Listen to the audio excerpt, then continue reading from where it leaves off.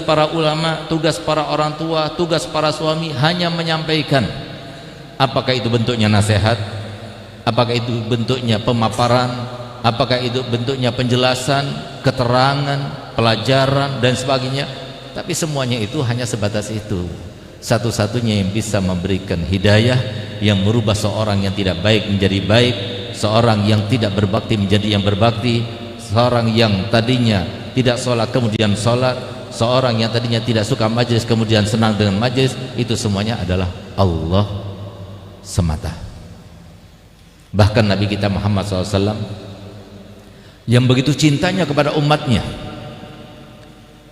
semuanya, apalagi masih kerabatnya, sehingga di antara kerabatnya yang sangat diinginkan dan didamba-dambakan untuk masuk ke dalam agamanya itu adalah Abi Lahab. Hampir setiap hari beliau sempatkan datang ke rumahnya, walaupun dicaci, walaupun dimaki oleh istrinya, tetap dia datang. Untuk apa? Untuk supaya benar-benar hidayah itu turun kepadanya. Sampai kemudian Allah menurunkan ayat, di mana ayat itu untuk menenangkan Nabi dan tidak membuat penyesalan dalam hati Nabi. Dan itu karena rahmatnya Nabi, rahmatnya Allah kepada Nabi dan cintanya Allah kepada Nabi. Sehingga Allah Ta'ala menurunkan dalam Al-Quran, innaka la tahdi man ahbabta walakinallaha yahdi.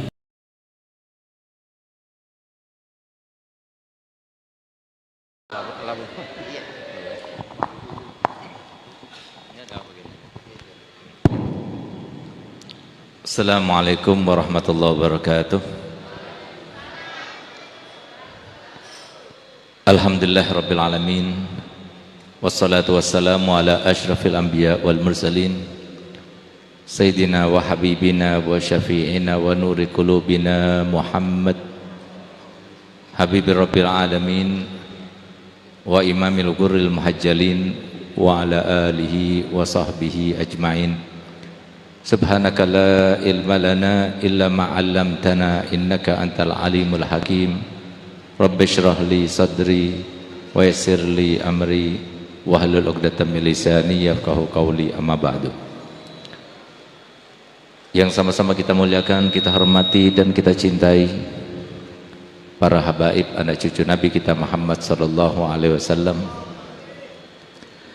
Yang terkait dengan mereka, apa yang disampaikan oleh Nabi SAW adalah sebuah kepastian, di mana Nabi SAW telah bersabda, man ahabbakum fahuwa mu'min wa man abghadakum fahuwa munafiq.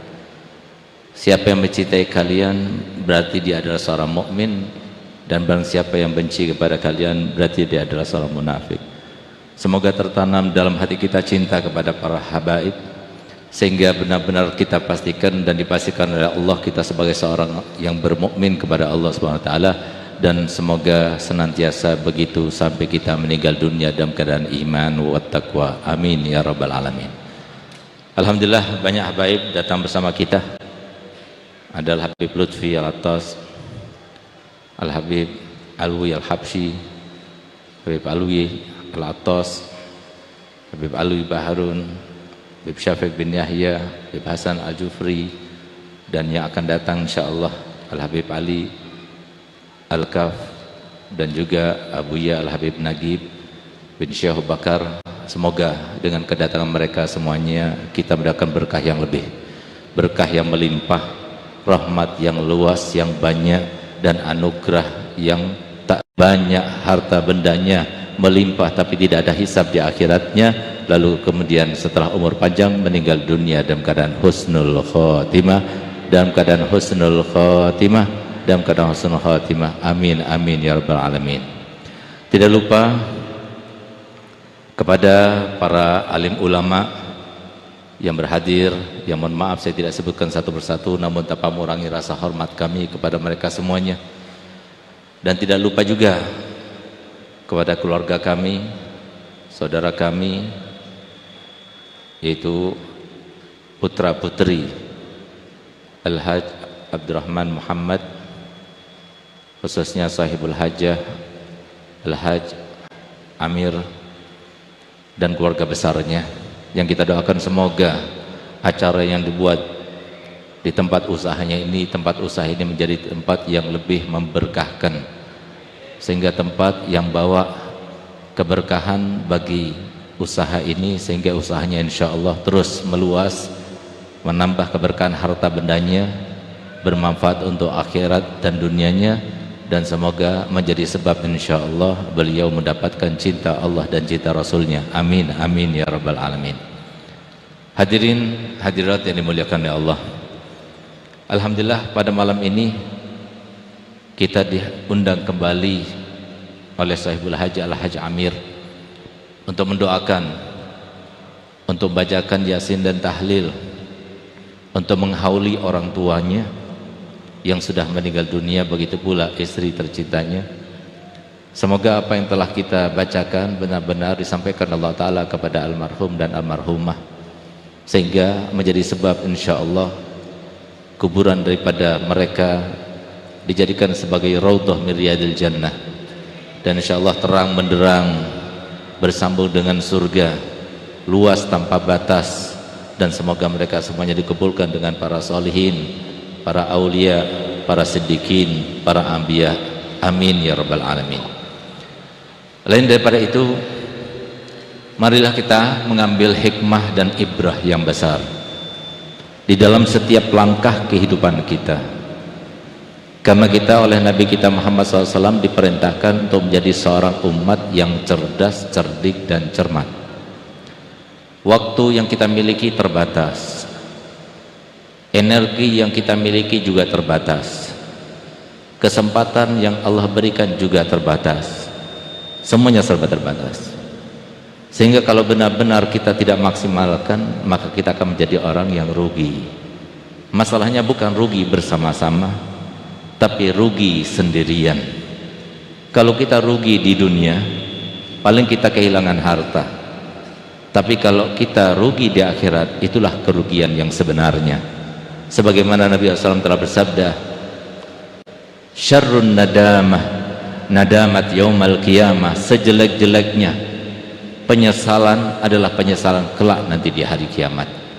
Di antara penyesalan adalah kita menyesal karena harus rugi, tapi penyesalan yang besar adalah kalau kita rugi di dunia terkait dengan akhirat kita. Bukan cuma rugi di dunia terkait dengan dunia kita, tapi kita rugi di dunia terkait dengan akhirat kita. Hilang kesempatan kebaikan, hilang kesempatan beribadah, hilang semua kesempatan yang Allah berikan dan Allah siapkan kepada seluruh hambanya dengan adil. Semuanya diberikan kesempatan, cuma bukan semuanya yang Allah ingatkan dengan kesempatan yang ada, kecuali orang-orang tertentu. Oleh karena itu kita akan bahas pada malam ini bagaimana kita benar-benar memaksimalkan kesempatan yang kita punya, dan apakah kita termasuk orang yang benar-benar mempunyai kesempatan itu, dan bagaimana kita termasuk orang yang diingatkan dengan kesempatan demi kesempatan yang Allah berikan dan hanya Allah yang memberikannya. Bagaimana cara mendapatkan keduanya?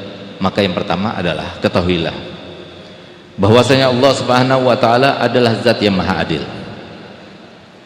Allah mencintai kepada hambanya semuanya, sehingga Allah dijuluki dengan Arhamur Rahimin. Kenapa Allah Ta'ala menjuluki dirinya dengan Arhamur Rahimin? Kan Allah tahu Nabi Muhammad rahmat, Allah tahu orang tua begitu rahmat kepada anaknya, Allah juga tahu para suami merahmati dan mencintai istrinya, Allah juga tahu setiap binatang itu merahmati juga anak-anaknya, dan semua orang yang mencintai, semua orang menyayangi, Allah semuanya tahu. Tapi ternyata Allah masih menyatakan dirinya itu adalah Arhamur Rahimin. Sehingga dengan keadilannya itulah maka dikatakan oleh para ulama bahwasanya semua manusia, mau hambanya yang tampan, mau yang jelek, mau yang status sosialnya tinggi, mau yang tengah-tengah, mau yang rendah, semuanya sama-sama diberikan kesempatan yang sama oleh Allah untuk menggapai ridhonya Allah dan menggapai cintanya Nabi kita Muhammad SAW. Cuma sesuai dengan apa yang disampaikan Allah Ta'ala tadi. Bukan semuanya yang diingatkan oleh Allah Ta'ala dengan kesempatan, karena satu-satunya bisa mengingatkan, satu-satunya bisa memberikan hidayah, satu-satunya bisa melintaskan dalam hati untuk kita berbuat baik hanya Allah. Tugas Nabi hanya menyampaikan, tugas Rasul juga begitu, hanya menyampaikan. Tugas para ulama, tugas para orang tua, tugas para suami hanya menyampaikan. Apakah itu bentuknya nasihat, apakah itu bentuknya pemaparan, apakah itu bentuknya penjelasan, keterangan, pelajaran dan sebagainya. Tapi semuanya itu hanya sebatas itu. Satu-satunya yang bisa memberikan hidayah, yang merubah seorang yang tidak baik menjadi baik, seorang yang tidak berbakti menjadi yang berbakti, seorang yang tadinya tidak sholat kemudian sholat, seorang yang tadinya tidak suka majelis kemudian senang dengan majelis, itu semuanya adalah Allah semata. Bahkan Nabi kita Muhammad SAW yang begitu cintanya kepada umatnya semuanya, apalagi masih kerabatnya, sehingga di antara kerabatnya yang sangat diinginkan dan didamba-dambakan untuk masuk ke dalam agamanya itu adalah Abi Lahab. Hampir setiap hari beliau sempatkan datang ke rumahnya, walaupun dicaci, walaupun dimaki oleh istrinya, tetap dia datang. Untuk apa? Untuk supaya benar-benar hidayah itu turun kepadanya. Sampai kemudian Allah menurunkan ayat, di mana ayat itu untuk menenangkan Nabi dan tidak membuat penyesalan dalam hati Nabi. Dan itu karena rahmatnya Nabi, rahmatnya Allah kepada Nabi dan cintanya Allah kepada Nabi. Sehingga Allah Ta'ala menurunkan dalam Al-Quran, innaka la tahdi man ahbabta walakinallaha yahdi may yasha. Sesungguhnya engkau wahai Muhammad tidak bisa memberikan hidayah siapapun yang kau kehendaki, siapapun yang kau sukai, siapapun yang kau sayangi. Hanya Allah yang bisa memberikan hidayah kepada seorang.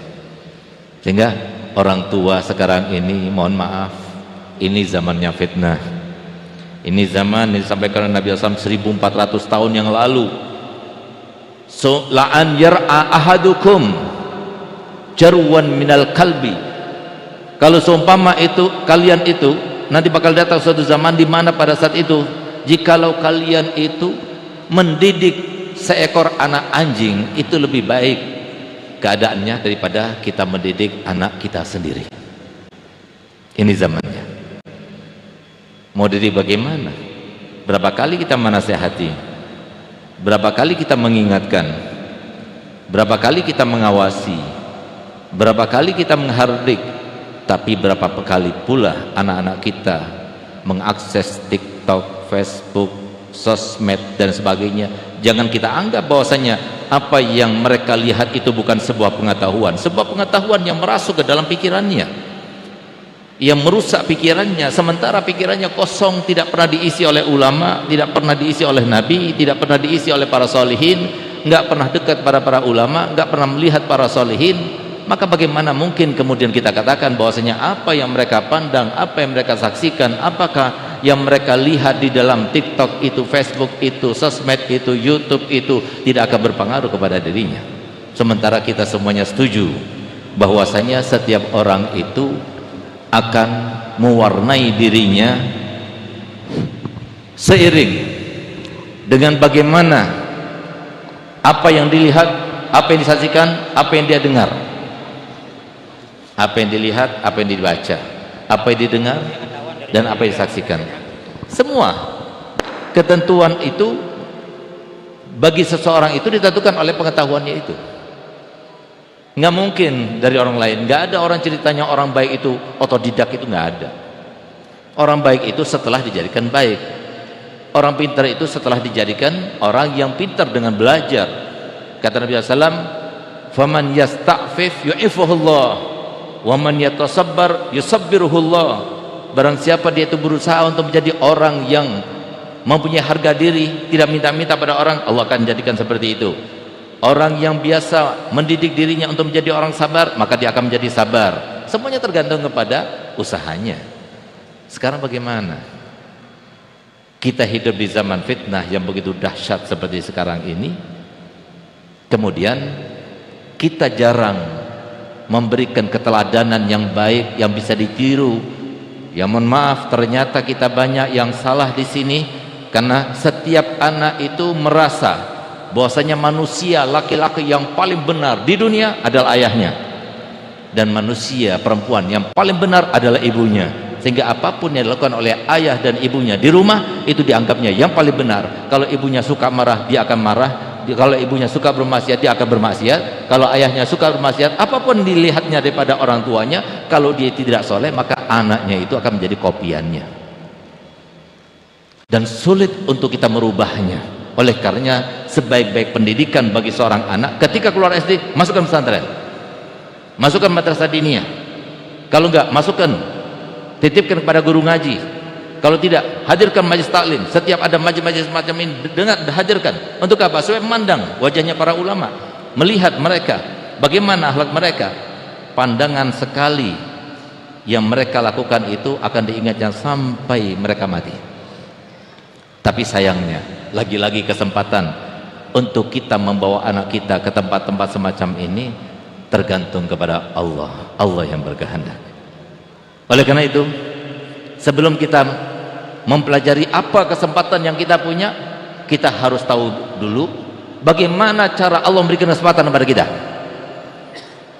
Semuanya punya hak, semuanya punya modal yang sama, baik yang rasnya bagaimanapun, status sosialnya bagaimanapun, pekerjaannya bagaimanapun, tetap Allah berikan semuanya. Tapi asalkan dia itu termasuk yang berhak mendapatkan kesempatan daripada Allah.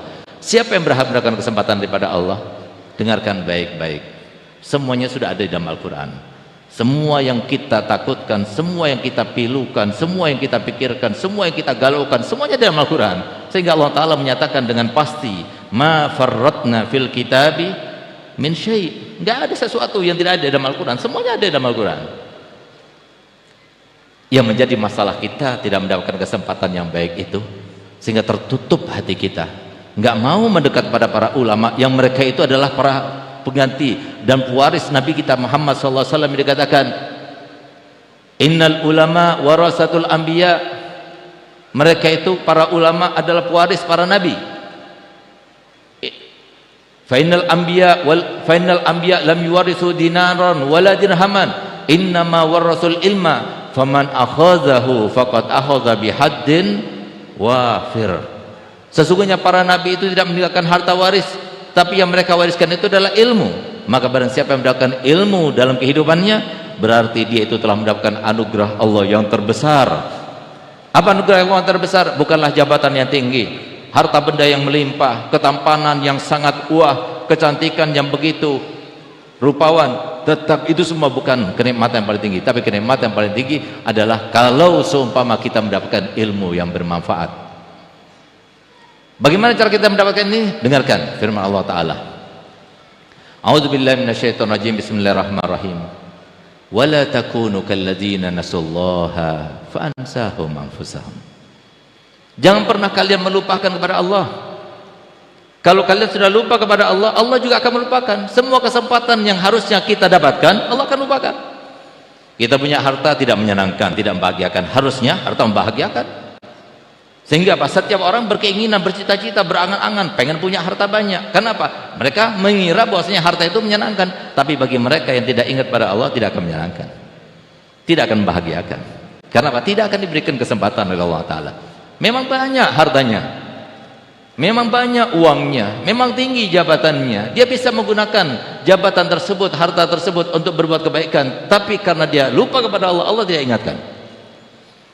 Allah yang mengingatkan, Allah yang menakdirkan, Allah yang memberikan hidayah. Oleh karena itu, maka paling tidak kalau kita ingin mendapatkan kesempatan yang standar, bukan maksimal, ingin mendapatkan anugerah Allah yang standar, kesehatan standar, kebahagiaan standar, dan semuanya, maka ingat kepada Allah dengan ukuran dan batasan yang standar pula. Bagaimana itu batasannya? Batasannya ingat kepada Allah setiap hari 5 kali.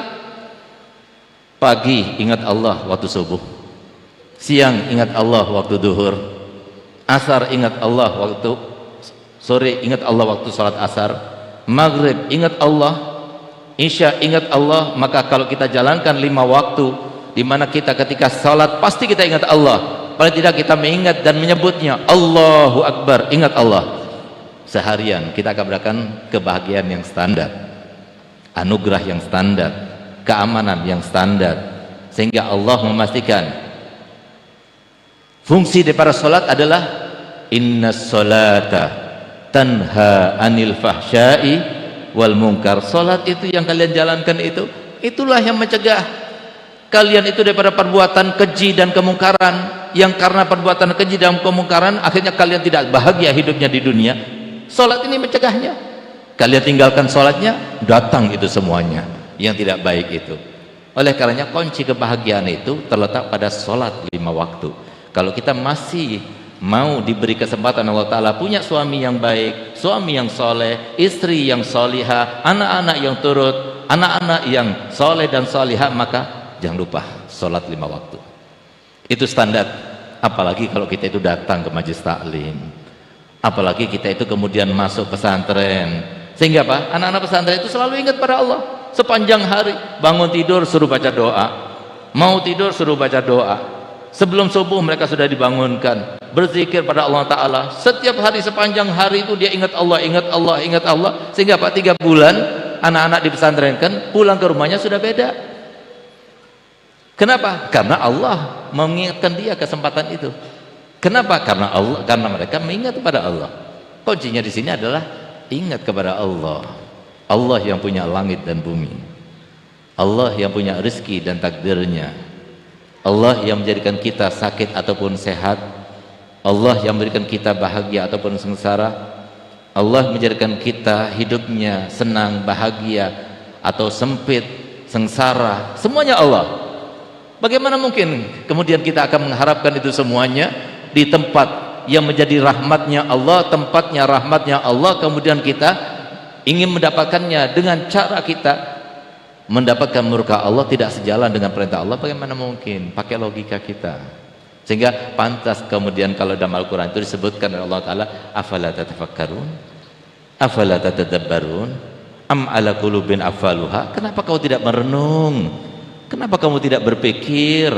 Apakah di hati itu ada kuncinya, ada gemboknya, sehingga tidak sampai kalian itu membuka mata kalian dan melihat itu semuanya dengan nyata dan benar? Harus gunakan pikiran kita, jangan mau kita dibodoh-bodohin. Karena maunya kita itu oleh setan itu dibuat benci. Sehingga lihat bagaimana kita ketika kita bertemu dengan orang lain yang kita nggak kenal sama dia. Begitu pertama ketemu, ini orang lain, ini bukan saudara kita, bahkan ini rasnya lain, ini partainya lain, ini golongannya lain, ini jamaah lain dan sebagainya. Dibikin orang itu saling bermusuhan, saling membenci dan sebagainya. Itu keinginan siapa? Setan. Allah Ta'ala sudah menyatakan dalam Al-Quran, innama yuridu syaitan an yuqi'a bainakumul adawata wal baghdha. Keinginan setan itu cuma 2. Bagaimana caranya supaya kalian itu bermusuhan, suami istri bermusuhan, saling curiga, kemudian saling ingin melihat HP-nya, saling berprasangka buruk sebagainya, saling bertengkar, akhirnya saling membenci, akhirnya cerai, bertepuk tangan setannya. Itu yang diinginkan. Bagaimana caranya supaya kalian itu bermusuhan, kalian itu saling membenci, supaya mereka itu goal, keinginan setan dan misi serta visinya itu goal. Apa yang mereka lakukan? Wa yasuddukum an dzikrillah wa anis shalah.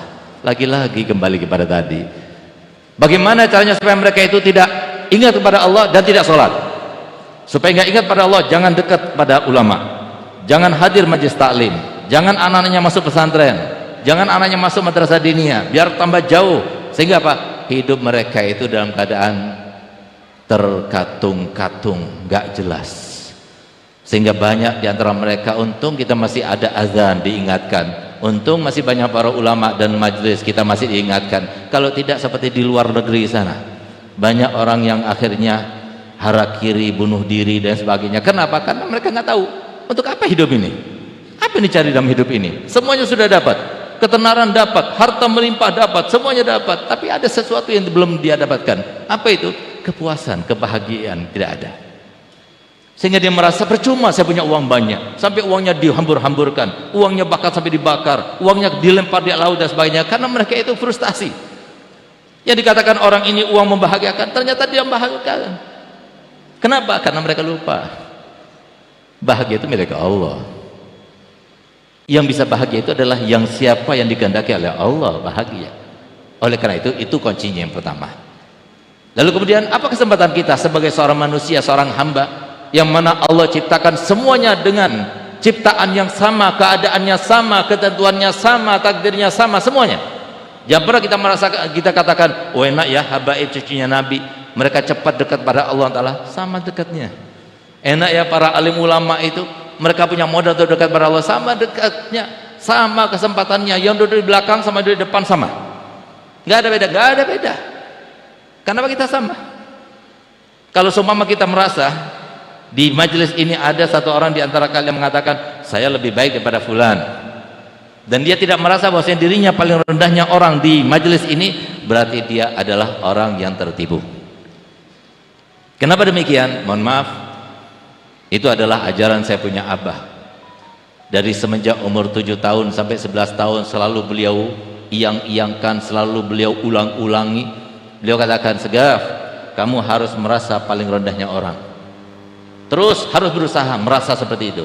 Kalau berhasil, kamu akan nikmat hidup. Kenapa?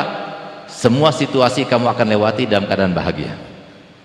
Kalau kamu turun, berada dalam satu situasi, kamu dihormati, dimuliakan, kamu akan katakan, Masya Allah, orang seperti saya dihormati, dimuliakan, berarti yang menghormati saya, yang memuliakan saya, akhlaknya baik-baik semuanya. Tapi kalau seumpama saya tidak dihormati, saya tidak dimuliakan, saya tidak akan menyalahkan mereka, tapi saya akan katakan, Masya Allah, padahal saya pakai pakaiannya Nabi, pakai imamah, pakai gamisnya Nabi, tapi ternyata saya tidak dihormati. Berarti ini menandakan dosa saya itu saking banyaknya, sampai mereka itu imbasnya seperti itu, mereka tidak menghormati saya. Tidak ada tuntutan pada orang. Lalu apa kata saya punya abah? Untuk menunjang, untuk membantu supaya kamu berhasil merasa seperti itu, mudah. Bagaimana caranya, Bi? Tinggal kamu tak jawab pertanyaan Abi 2. Yang pertama, berani kau bersumpah bahwasanya ada satu dosa saja yang pernah kamu lakukan dulu, sekarang sudah pasti Allah akan ampunkan. Ada yang berani sumpah bahwasanya dosa kita yang dulu yang pernah kita lakukan sekarang pasti Allah hapuskan dosanya? Ada yang berani sumpah? Tidak ada yang berani di antara kita, karena kita nggak tahu. Allah yang tahu. Pertanyaan kedua, apakah berani kau bersumpah? Ada satu kebaikan saja yang kau bisa sebutkan dan kau berani bersumpah bahwasanya itu pasti diterima oleh Allah Ta'ala. Ada yang berani sumpah? Lalu bagaimana kita merasa lebih baik pada orang lain? Atas dasar apa? Oleh karena kita harus paham bahwasanya semua hamba itu diberikan oleh Allah Ta'ala modal yang sama. Apa modalnya? Allah ciptakan semuanya itu dengan konsep kehidupan satu, nggak ada yang berbeda. Semuanya ada kelebihan dan semuanya ada kekurangan. Ulama ada kelebihannya tapi ada kekurangannya. Pengusaha ada kelebihannya tapi ada kekurangannya. Para pejabat ada kelebihannya, ada kekurangannya, semuanya. Maka alangkah beruntungnya bagi mereka yang menggunakan kesempatan kelebihannya dan menutupi kesempatan kekurangannya. Itu orang yang beruntung. Bagaimana caranya? Ya dekat pada ulama, hadir majelis taklim, mondok di pesantren, jadi ustadz, jadi orang yang berilmu, baru dia itu akan menjalani kehidupan itu dengan senang bahagia. Oleh karena itu saya akan buktikan ada 3 kesempatan paling tidak yang semuanya di antara kita bisa melaksanakannya. Siapapun kita, mau yang miskin, yang kaya, yang alim, yang bodoh, yang besar, yang tinggi, yang tampan, yang tidak tampan, yang cantik, yang tidak cantik, semuanya sama bisa, karena Allah Ta'ala Maha Adil. Apa itu? Dan kita gunakan, kita ingat-ingat selalu, asalkan kita bukan termasuk 5 golongan. Insya Allah kalau kita gunakan ini, insya Allah kita akan mendapatkan derajat yang tinggi, dan insya Allah tidak kalah kita dengan para ulama yang suka bermimpi Nabi Muhammad, dengan para ulama yang mendapatkan karomah yang tinggi di sisi Allah Ta'ala. Tidak kalah, asalkan kita bukan termasuk 5 golongan. Siapa 5 golongan? Yang pertama adalah orang yang durhaka sama orang tuanya, nggak bakal dapat ini. Walaupun gunakan sedekah, puasa, sholat, semuanya tidak akan diterima oleh Allah Ta'ala.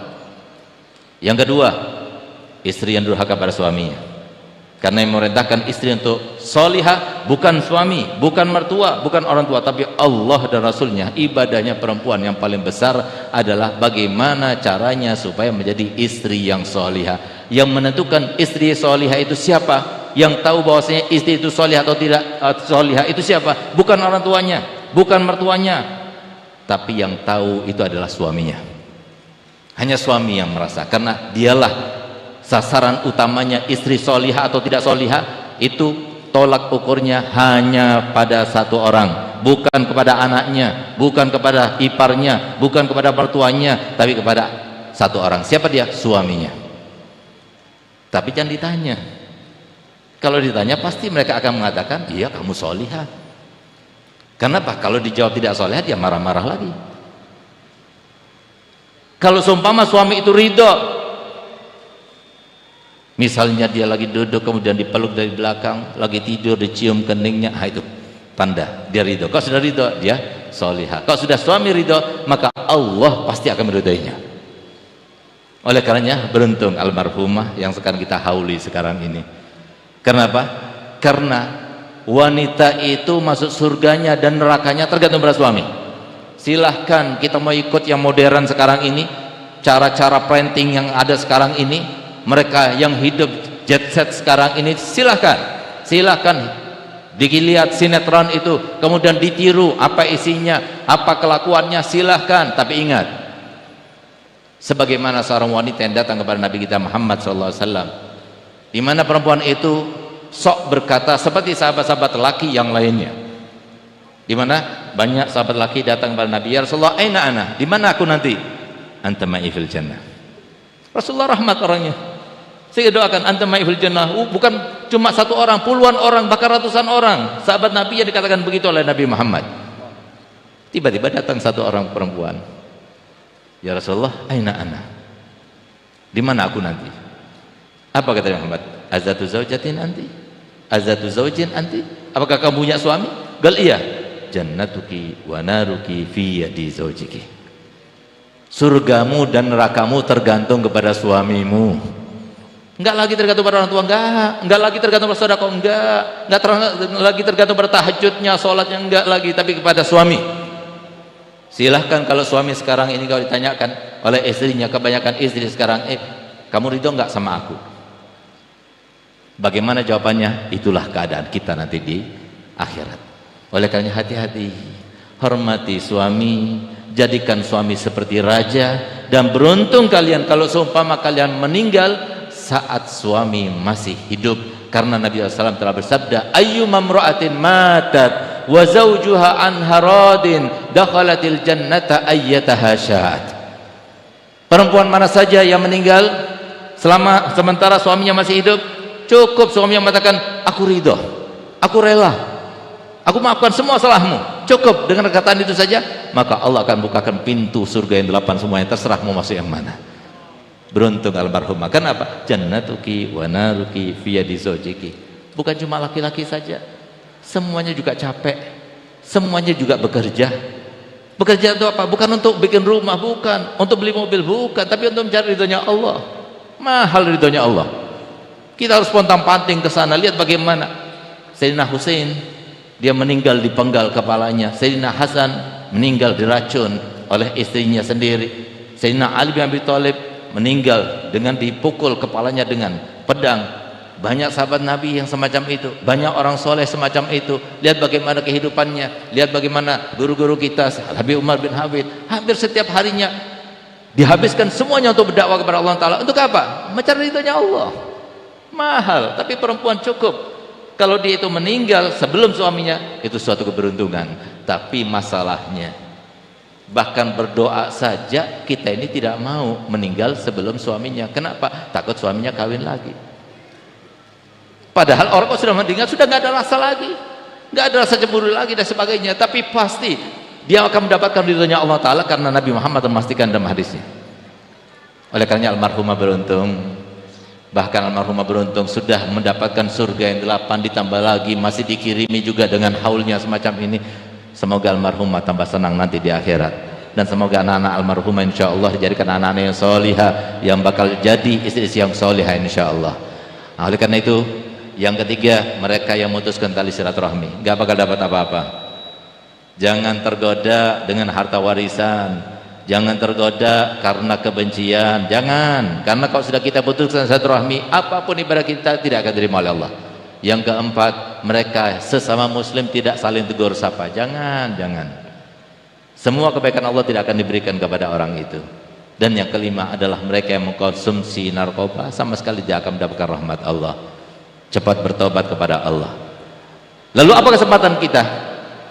sambil kita nunggu guru kita yaitu Abu Yahya Nagib dan Habib Ali. Yang pertama adalah niat yang baik yang banyak. Siapa di antara kita yang bisa niat yang baik? Niat yang baik, hanya niat. Ya Allah, hari ini saya akan membantu siapa yang perlukan bantuan saya. Ya Allah, hari ini saya akan melaksanakan sholat dengan khusyuk. Ya Allah, hari ini saya akan berbakti pada orang tua. Ya Allah, hari ini saya akan menyenangkan suami. Ya Allah, hari ini saya akan mendidik anak-anak dengan benar. Ya Allah, hari ini saya akan baca salawat yang banyak. Ya Allah, hari ini terus sebanyak niat. Itu sebanyak apapun niat yang kita niatkan, maka sebanyak itu pula pahala yang kita dapatkan. Yang penting kita sungguh-sungguh dengan niat. Kalau seumpama saya kaya ya Allah, setiap malam saya bikin pengajian untuk menjaring umatnya Nabi supaya ada sebab-sebab mereka dapat hidayah daripada Allah. Supaya kalau seumpama saya punya uang yang banyak ya Allah, saya akan berikan para pesantren-pesantren yang memerlukan itu, dan saya akan bangun sampai jadi pesantren ini, niat saja. Tapi Allah kabulkan niatnya. Dengan dasar Nabi SAW bersabda, niatul mar'i khairun min amalih, niatnya seseorang itu lebih baik daripada amalnya. Suatu waktu ada seorang sahabat Nabi datang ke masjid Nabi untuk melaksanakan sholat bersama Nabi. Begitu dia datang ke masjid itu, dipanggil oleh Nabi. Ya fulan, galabak ya Rasulullah, apa yang kamu lakukan? Sampai sekarang aku melihat pahala yang dicatat oleh malaikat itu sampai sekarang belum selesai juga, masih terus mencatat pahala kamu. Apa yang kamu lakukan? Apa jawaban sahabat? Ya Rasulullah, aku tidak melakukan apa-apa. Coba kau ingat-ingat, dari mulai kau pulang ke rumah, keluar rumah sampai ke masjid ini, apa yang kamu lakukan? Akhirnya katanya sahabat itu, saya tidak melakukan apa-apa ya Rasulullah. Cuma seingatku tadi, aku ketika melewati hamparan pasir yang begitu luas tanpa batas, aku terpikirkan dalam pikiranku dan aku berniat, ya Allah, kalau seumpama hamparan pasir itu dirubah oleh Allah untukku menjadi biji-bijian gandum, maka niscaya aku akan bawa kepada Nabi untuk dibagikan kepada sahabat-sahabatnya yang pada saat itu sedang paceklik. Apa kata Muhammad? Karena itulah malaikat sampai sekarang belum selesai mencatat amal kebaikanmu. Niat. Jadi istri yang solihah, jadi wanita yang solihah, jadi anak bakti para orang tua. Seperti Haji Amir, dia punya uang, dia bikin haul. Anak-anaknya Haji Abdurrahman, Masya Allah, dia mengingat para orang tuanya, dia bikin haul. Ini ada suatu kebaktian para orang tua. Apa yang bisa kita lakukan untuk mereka yang sudah meninggal dunia? Itu adalah sesuatu kebaktian yang masih tersisa setelah mereka tidak ada. Ini niat saja. Kalau kita nggak punya uang, kita niat. Ya Allah, kalau saya punya uang, saya akan melaksanakan seperti dilaksanakan oleh Haji Amir untuk orang tua saya. Padahal sedekah untuk orang tua itu pahalanya itu dilipat gandakan sampai 7 kali lipat. Kalau kita berbuat baik untuk kita sendiri, ya kita sedekah untuk kita sendiri, 10 hasanah kita dapat. Tapi kalau kita hadiahkan, ya Allah, sedekah ini saya niatkan untuk ayah saya almarhum, untuk ibu saya almarhumah, maka dilipat gandakan sampai 7 kali lipatnya. Berarti apa? 70 hasanah dia dapat, sementara untuk orang tuanya 10 hasanah tetap dikirimkan. Oleh karenanya alhamdulillah kami haji cuma sekali. Kemudian haji berturut-turut setelah itu 4 kali, semuanya bukan untuk kami. Saya umroh untuk saya cuma sekali, tapi umroh selanjutnya dan selanjutnya sampai kapanpun saya setiap umroh itu untuk orang tua saya. Kenapa? Kalau saya umroh untuk saya sendiri, saya dapat pahala 10 hasanah saja. Tapi kalau saya umrohkan orang tua, saya dapat 7 kali lipatnya. Itulah faedahnya kalau kita dekat pada ulama. Sehingga jangan pernah sedekah, jangan pernah berbuat baik, jangan pernah silaturahmi kecuali niatkan, ini saya hadiahkan pahalanya untuk orang tua yang sudah meninggal. Alangkah senangnya orang tuanya dikirimi terus. Jadi kata Nabi SAW, kalau kita baca Fatihah lalu kita kirim kepada orang yang sudah meninggal, maka Allah akan menjadikan Fatihah itu seperti cahaya yang diletakkan di atas nampan yang terbuat dari emas dan disantar langsung oleh malaikat kepada almarhum. Itu baru Fatihah 1, apalagi kita ngasih makan dan sebagainya, ini semuanya. Nah, oleh karena itu yang pertama niat yang baik yang banyak. Setelah kita hadir majelis taklim, niat minggu depan saya hadir lagi, bulan depan saya hadir lagi, haul yang tahun yang akan datang saya akan hadir lagi setiap pulang. Sehingga apa? Kalau seumpama dia tidak sampai kepada haul yang akan datang, sampai kepada rutinitas pengajian mingguan yang akan datang, kemudian dia meninggal dunia, maka dia meninggal dunia dalam keadaan syahid. Lagi-lagi meninggal beruntung. Kenapa? Meninggal dalam keadaan semua dosanya tidak dianggap oleh Allah Ta'ala, semuanya dihapus, dan Allah sejajarkan nanti di akhirat bersama para nabi, para solihin, dan para siddiqin. Niat setiap keluar selesai daripada majelis, kita niat, saya mau datang lagi. Kalau ada majelis seperti ini, saya akan datang lagi. Kalau ada pertemuan ulama, saya akan berjumpa lagi dengan mereka. Yang kedua, bersihkan hati kita, hilangkan segala macam kebencian, kedengkian, congkak, sombong, dan sebagainya. Itu semuanya dari setan. Apakah membersihkan hati harus jadi kaya dulu? Apakah membersihkan hati harus jadi ustadz dulu? Apakah membersihkan hati harus menjadi pejabat dulu? Tidak, semuanya bisa membersihkan hati. Tinggal lihat bagaimana caranya. Datang para ustadz bagaimana caranya, semuanya bersihkan hati. Karena satu-satunya amal kebaikan yang nantinya disebut oleh Allah Ta'ala di akhirat, yang dibanggakan dan dipastikan dalam Al-Quran hanya satu, yaitu apa? Yauma la yanfa'u malun wala banun illa man atallaha biqalbin salim. Pada hari itu nggak ada bermanfaat, anak nggak bermanfaat, harta nggak bermanfaat. Yang bermanfaat itu adalah yang berjumpa dengan Allah dalam keadaan hatinya bersih. Nggak ada iri sama orang, nggak ada dengki, nggak ada sombong. Hilangkan semuanya, semuanya hilangkan. Biarkan kita urusan orang lain. Jangan kita urusi, apalagi sampai kita menjadi pengawas, apalagi sampai kita itu menentukan dan memvonis. Jangan, bukan urusan kita. Urusan orang itu gondrong, urusan orang itu tatuan, urusan orang begini-begini, itu urusan dia sama Allah. Allah Rahim, Allah Rahmat. Kalau kita itu begitu kasih sayang kepada mereka, mereka bermaksiat, apalagi Allah Ta'ala yang menciptakan.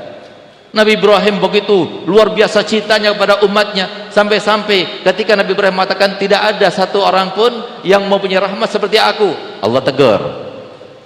Sehingga kemudian Allah berikan takdir, beliau bisa melihat sesuatu yang tidak bisa dipandang oleh manusia. Ditampakkan ada satu orang anak yang memukul orang tuanya. Maka kemudian ditanya oleh Allah Ta'ala, apa yang kamu lakukan kalau seumpama kamu itu adalah aku? Apa katanya? Itu anak gak tahu diri, anak durhaka sama orang tuanya. Aku akan jadikan dia itu adalah anak yang terkutuk. Aku akan berikan siksa, aku berikan sanksi dan sebagainya. Apa kata Allah Ta'ala? Kalau tidak, aku ingin memberikan hidayah kepadanya. Aku menjadikan dia itu insaf, lalu minta maaf kepada orang tuanya, lalu berbuat baik, sehingga yang tadinya durhaka sama orang tuanya kemudian berbakti kepadanya. Itu Allah, rahmatnya Allah. Itu urusan Allah, bukan urusan kita. Oh ini suka begini berarti dia pasti masuk neraka. Jangan bilang pasti, neraka bukan punya kita, neraka itu punya Allah, itu urusannya Allah. Jangan kita sampai memasukkan orang itu dengan sesuatu yang bukan milik kita, bukan ranah kita. Urusan orang lain, urusan orang lain, urusan kita sendiri. Keluarga kita yang menjadi urusan kita, itu urusan kita. Tapi ke orang lain itu bukan urusan kita. Jangan kita sodon para orang lain. Bersihkan hati. Cara bersihkan hati bagaimana? Sudah diajarkan oleh para ulama. Ada 5 tomboni hati, ada 5 perkara nih. Apa satu? Puasa, kumpul sama orang soleh, banyak berzikir, biasakan kita lapar. Makanya biasanya yang bersih hati itu bukan pasti kalau gemuk berarti nggak bersih hati, belum tentu. Cuma biasanya kalau bersih hati itu kalau sudah gemuk itu bisa jadi dia sudah bersih hatinya. Kenapa? Sudah nggak perlu lagi untuk mujahadah karena sudah gemuk dia. Jadi sudah bersih hatinya. Tapi yang kurus-kurus itu yang masih berusaha untuk membersihkan hati. Tapi insya Allah semuanya yang kurus, yang gemuk, insya Allah semuanya berusaha untuk membersihkan hati kita. Ayo bersihkan hati. Itu yang kedua. Yang ketiga, ayo banyak baca salawat kepada Nabi. Apa susahnya sih kita baca salawat kepada Nabi? Silahkan mau pakai sigo yang gimana, silahkan. Mau sallallahu ala Muhammad sallallahu alaihi wasallam, Allahumma salli wa sallim ala sayyidina Muhammad, ataupun salawat yang lainnya, mau salawat tibil qulub, mau salawat busyra, mau salawat nariyah, mau salawat yang dia kendaki, apa saja, yang penting salawat kepada Nabi Muhammad. Karena salawat Nabi Muhammad itu adalah anugerah terbesar yang Allah berikan setelah meninggalnya Nabi Muhammad adalah salawat. Apa kaitannya? Kaitannya adalah Nabi SAW adanya bersama kita itu tidak akan menjadikan azab itu turun kepada kita. Dan setelah meninggal Nabi SAW masih tetap bersama kita kalau seumpama kita itu beristighfar kepadanya. Dan sebaik-baik istighfar adalah membaca salawat kepada Nabi Muhammad SAW. Wa ma kana Allah liyu'adzibahum wa anta fihim wa ma kana Allah mu'adzibahum wa hum yastaghfirun. Siapa yastaghfirun? Yastaghfirun adalah yang banyak salawat kepada Nabi Muhammad, karena pasti diterima. Istighfarnya kita belum tentu diterima, tapi kalau salawat kita pada Muhammad pasti diterima, dan salawat kita pada Muhammad berarti istighfar untuk kita. Banyak salawat. Bahkan ada sebuah cerita, tapi jangan dicontoh. Dia termasuk yang bujur, termasuk yang beruntung. Takutnya kita bukan termasuk yang beruntung sambil mengerjakan salawat sambil bermaksiat, jangan. Tapi biasakan kita pakai sebuah kaidah, mari kita banyak berselawat, dengan salawat maksiat minggat, kata orang Jawa seperti itu. Jadi kalau kita banyak salawat, maksiat itu akan minggat. Ada cerita, ada satu orang bersama anaknya melaksanakan ibadah haji dahulu. Bukan seperti sekarang pakai pesawat, tidak, tapi pakai unta. Ada yang rombongan, ada yang sendiri-sendiri. Ini kebetulan sendiri, beliau sama anaknya saja. Di tengah perjalanan sakit ayahnya, dan ternyata sakit itu berkaitan dan bersambung dengan kematian, sehingga meninggal ayahnya. Masalahnya ketika meninggal ayahnya, wajahnya berubah menjadi hitam gulita, sehingga dia sedih. Anaknya itu, bagaimana mungkin saya sendirian memandikan, menguburkan, sementara kalau saya bawa ke kampung yang terdekat saya malu membawa ayah saya dalam keadaan hitam begitu. Dalam keadaan bingung dia seperti itu, akhirnya dia tidur. Subhanallah, waktu dia tidur, dia melihat ada seorang anak muda yang sangat tampan, kemudian mendekati ayahnya, lalu kemudian mengusap wajah ayahnya. Subhanallah, begitu diusap langsung berubah, yang tadinya hitam menjadi putih, bahkan lebih putih dari sebelumnya, bahkan bercahaya.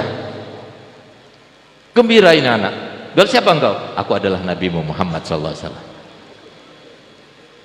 Lalu beliau katakan, ayahmu itu wajahnya menjadi hitam kelam karena dosa riba yang dilakukannya. Hati-hati dengan riba, hati-hati minjam uang di bank, hati-hati meminjamkan uang kemudian kita menarik bunga dari orang yang meminjam dari kita. Dosanya besar, bahkan termasuk dosa 7 dosa yang paling besar, kata Nabi Muhammad, ar-riba bid'un wa sab'una baba wa adnahu misal ayyatiya rajulu ummah. Dosa riba itu, katanya Nabi SAW, banyak macamnya riba itu, tapi paling rendahnya dosa riba seperti orang yang berzina dengan ibunya sendiri. Subhanallah, kata Nabi, dia ini menjadi hitam karena kelakuannya sendiri, banyak dosanya dosa riba. Tapi karena dia setiap mau tidur dia baca salawat kepadaku sebanyak 1000 kali, aku beri syafaat kepadanya. Karena salawatnya 1000 kali sebelum tidur, maka akhirnya Allah memberikan syafaat kepadanya. Tapi jangan berspekulasi sambil maksiat sambil salawat, siapa tahu dapat syafaatnya Nabi. Takutnya kita itu bukan syafaatnya Nabi yang kita dapatkan, kita meninggal dalam keadaan su'ul khotimah, berarti kita meninggal bukan sebagai umatnya Nabi Muhammad. Kalau kita meninggal bukan sebagai umatnya Nabi Muhammad, jangan berharap kita akan mendapatkan syafaatnya Muhammad. Ada satu cerita yang diceritakan oleh Abu Bakar bin Muhammad As-Saggaf Gresik. Ini zamannya, bukan zaman sekarang, zamannya. Ada seorang wali Allah yang dia itu bermimpi Nabi Muhammad dalam keadaan menangis sedih, sehingga ditanya oleh si wali Allah ini, ya Rasulullah, kenapa kami tampak melihat wajahmu dalam keadaan menangis sedih? Bagaimana aku tidak sedih?